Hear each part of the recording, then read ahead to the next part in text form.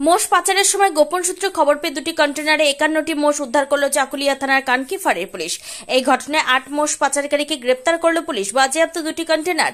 Police সূত্রে জানা গিয়েছে, মঙ্গলবার ডালখোলার দিক থেকে মোষ ভর্তি দুটি কন্টেনার শিলিগুড়ির দিকে যাচ্ছিল।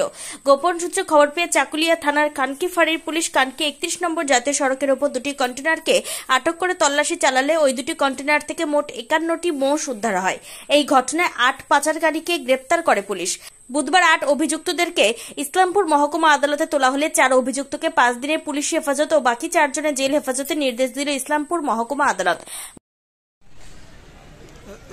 বললাম যে ওই চাকুলিয়া থানার এই কানকি এলাকায় মহিষ পাচার রুখল প্রশাসন।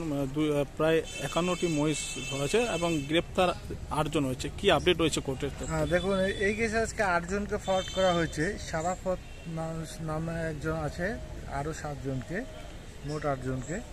তাদের মধ্যে 4 জনের পিসি পেয়ার চেয়েছিল, তো 4 জনের 5 ডেজ পিসি পেয়ার অ্যালাউ হয়েছে, আর বাদ বাকিদের বেল পেয়ার রিজেক্ট হয়েছে।